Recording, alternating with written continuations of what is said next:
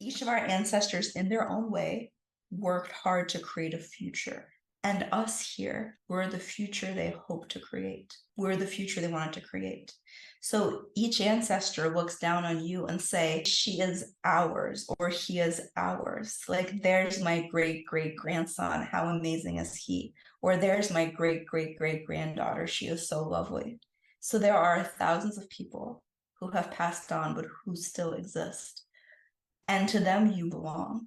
They want your happiness. To each of them, you're the bright future that they wanted to build. And they're so happy to see that you have enough to eat, for example. They're so happy to see that. They want to see you in happy relationships. They want to see you be loving. They want to see you be surrounded by love. If there's something they can do to help, they want to help. That's our ancestors' attitude to us. Again, there's no narrow judging mind once we pass away. We have the narrow judging mind. So our ancestors have love towards us. Us towards them is more questionable. We have that mind that might say, that ancestor, he's not ours. He does not belong in this family. That ancestor, that particular one, that's not mine. I want to cut myself off from that person, or I want to cut myself off from that whole nationality or that whole family line. For ancestors, that is incredibly painful. Any love that's unrequited is very painful. Because again, you're the bright future that they see, that they wanted to build, and that they contributed to building. Each ancestor contributed to the future, to the life that you have. They went through a lot of adversity, and they prayed for healthy children, and they prayed so many times that their descendants would actually survive. So we, many generations later, say that whole ancestral line was bad, or they were the wrong religion, or they had the wrong identity, or they didn't believe these things that are core to my identity, so I don't identify with them. Every time you do that, that's a soul that's in pain. So there's nothing abstract about it. It's like a slap in the face. So when you exclude someone from your family tree, it's like you're slapping someone in the face whose heart is actually very open to you. And when you do that, their heart closes. They want to give you support, but they can't. They want to send you energy, but they can't, because you close their heart. The slap in the face closes your heart, closes their heart, and they feel bad for not being accepted.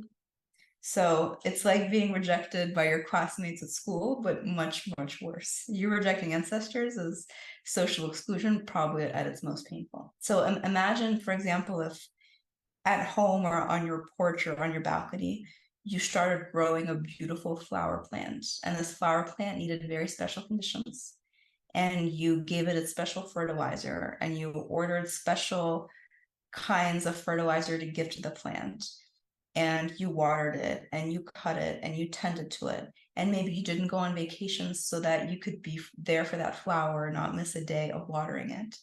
And let's say after several months of caring for this flower, the flower blossoms, and this flower is magical because it can talk. And then it gives you a very hostile glance, and it says to you, I really don't like you, human. I've been observing you for the last few months, and you did this wrong, and you did this wrong, and you did this wrong, and you did this wrong, and you said this wrong over the phone, and you used the wrong tone here, and honestly, I don't want to have anything to do with you. So imagine that your beautiful flower looked at you and said all of these things. And since you were caring for this flower, that would be extra painful, right? Because you loved that flower all these months. That's how your ancestors feel about you. And they really want your acceptance, a connection with you, your attention. They don't need you to do anything particular in your life. They don't need you to live by their values, but they do want to see you flourish. They do want to see you enjoy their life, and they want to be included in your heart. And they want you to pass down love to the next generations. They want you to make the world a better place. They want you to respect yourself and your roots. And sometimes maybe they want you to say a prayer for them or show gratitude to them. It's Elizabeth. My goal is to help you follow the path to happiness with these videos. There's always something new each week. Subscribe to this YouTube channel so you see them. I'll see you soon.